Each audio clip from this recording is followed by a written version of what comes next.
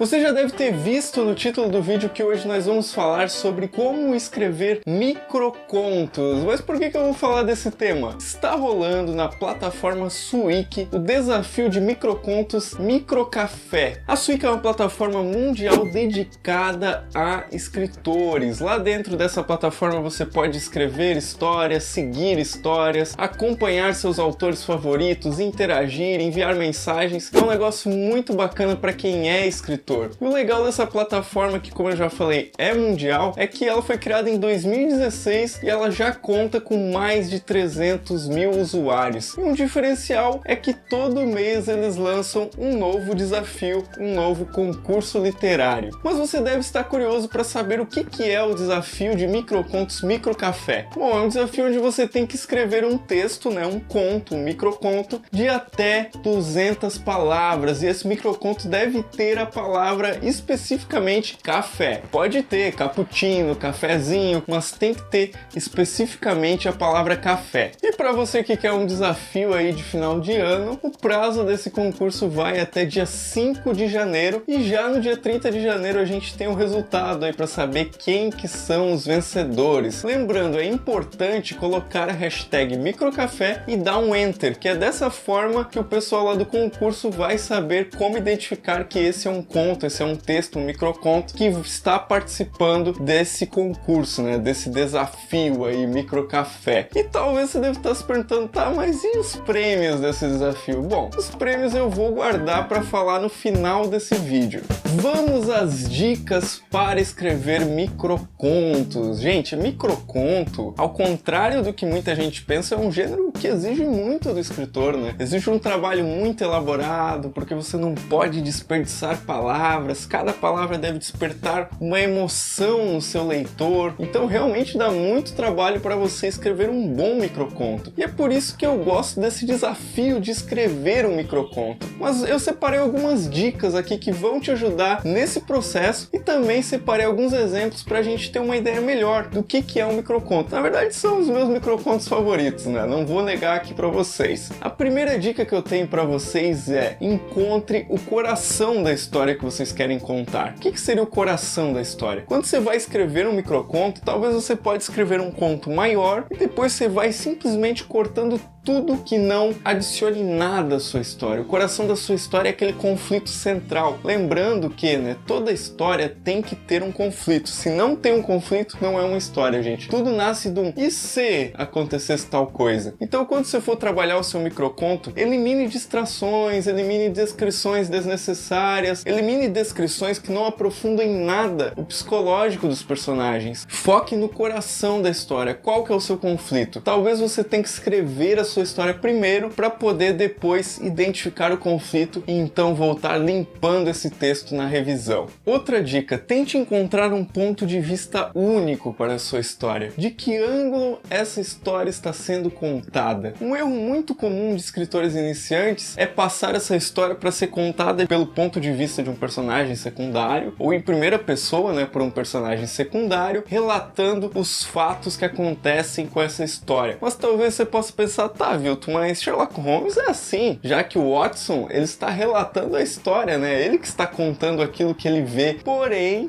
nós temos um personagem intimamente relacionado com Sherlock Holmes, um verdadeiro parceiro, que não é um mero coadjuvante, ele nos coloca como leitores dentro dessa história. Então encontre um ponto de vista que realmente envolva o leitor, que traga o leitor para perto da história. Muitas das vezes, ficar contando uma história de um ponto de vista distante, seco, quase como se fosse um relatório médico, ou quem sabe um relatório de um tribunal, não vai fazer com que o seu leitor se apaixone pela sua história. Então pense bem, da onde eu vou contar essa história? Quem vai estar relatando essa história? Uma dica muito legal do livro Para Ler como um Escritor, da Francine Prose, é ter em mente um destinatário para aquela sua história, quase como se você estivesse contando ela para alguém que você conhece. Isso faz com que você humanize mais o jeito como você conta essa história e com que você emocione mais o seu leitor, pois o seu leitor vai se sentir identificado, quase como se você estivesse falando intimamente com o seu leitor.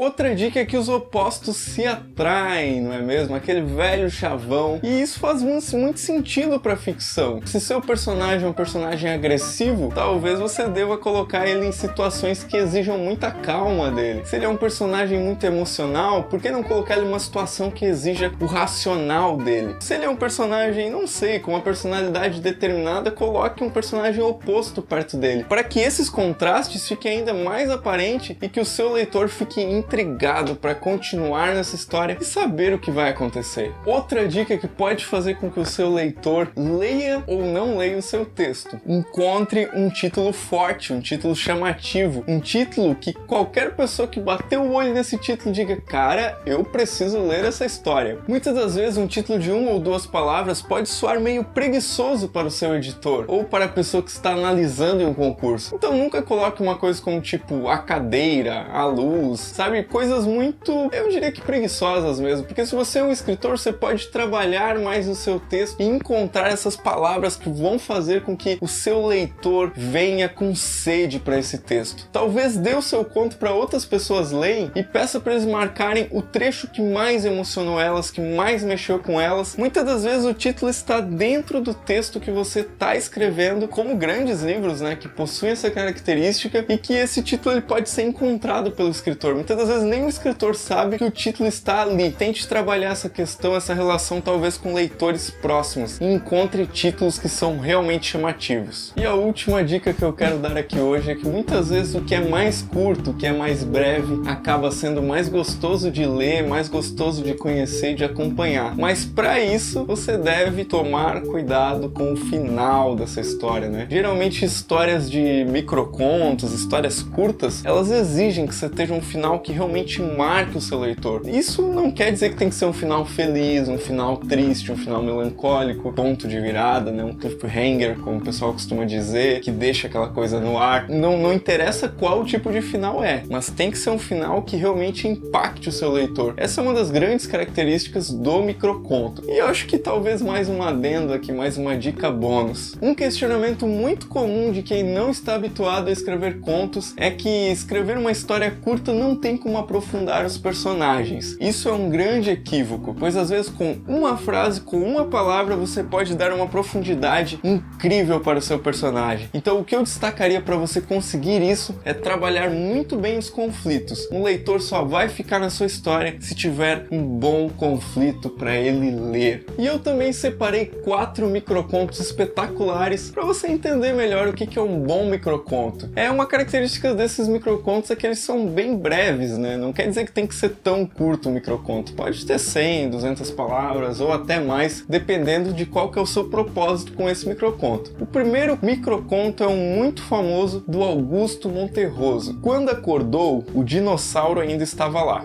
O microconto do Monterroso é só isso, mas esse quando acordou, o dinossauro ainda estava lá, tem uma abertura ali para você imaginar 1000 coisas que pode ter acontecido. Quem é esse personagem? Quem que acordou? Quando que é esse quando, né? Sei lá, se é uma história que se passa na pré-história ou se é algo tipo Jurassic Park. Tem uma janela muito grande em cima de uma história muito curta. Vamos para outra. Agora eu quero ler uma muito famosa também do Hemingway. Tem apenas 6 palavras. Olha só. Vende-se. Sapatinhos de bebê nunca usados. Essa é uma história muito famosa quando se fala de microcontos porque ela deixa uma certa janela de melancolia, assim. Qual que é a história por trás desses sapatinhos nunca usados? Parece uma coisa meio triste, né? Por que eles nunca foram usados e por que eles estão à venda? Então, olha só a quantidade, a aura de sentimentos que é despertada com uma história que tem uma frase. Deixa eu ler mais uma pra você. Um homem em Monte Carlo vai ao cassino, ganha 1 milhão, volta para casa e se suicida. Essa é uma história do Chekhov. Na verdade, é uma anotação do diário dele e que eu até uso essa história quando eu vou falar de conto, de o que é conto. Porque é uma história que encerra um conflito e que não fica explicando, né? Por que aconteceu isso? Por que aconteceu aquilo? Por que esse homem foi a Monte Carlo? Por que ele se suicidou? É um relato, é um conto, é uma coisa muito sucinta que causa um impacto. Mas eu reservei aquela que eu acho a melhor agora pro final, que eu acho que é o microconto de terror mais importante do mundo, talvez. Que é um microconto que mexe muito com a gente. O último homem na Terra estava sentado sozinho em um quarto. Então houve uma batida na porta.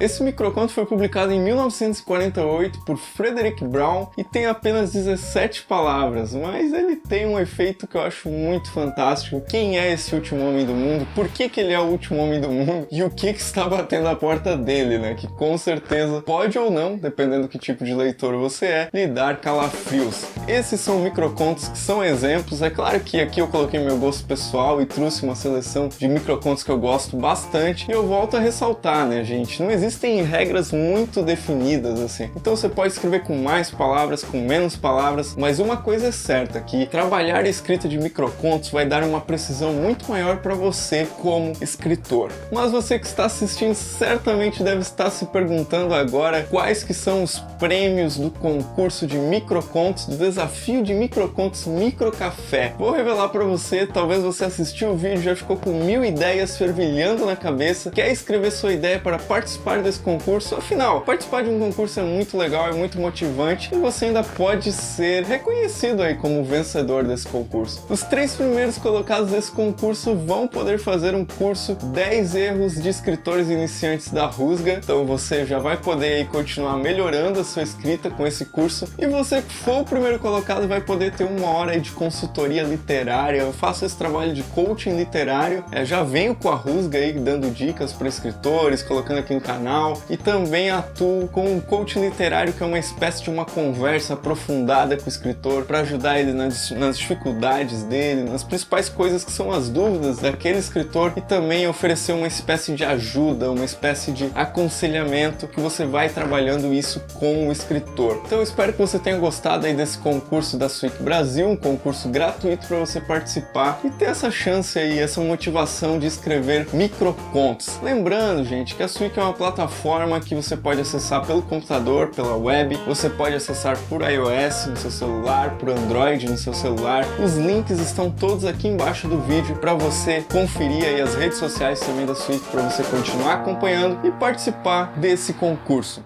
Espero que você tenha gostado do vídeo, comente aí embaixo, se você tiver alguma dúvida pode mandar aí embaixo, eu vou estar aí respondendo para você. Assine o canal, ative as notificações e até o próximo vídeo.